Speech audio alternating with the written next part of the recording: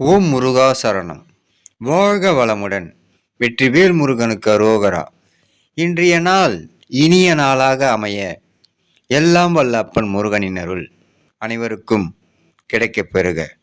நாம் வாழும் வாழ்க்கையில் எவ்வளவு சம்பாதிக்கிறோம், எப்படியெல்லாம் சம்பாதிக்கிறோம், எங்கே வாழ்கின்றோம், எப்படியெல்லாம் வாழ்கின்றோம் என்பதை விட முக்கியமானது எவ்வளவு மகிழ்ச்சியாய் இருக்கின்றோம் என்பதே முக்கியமானது.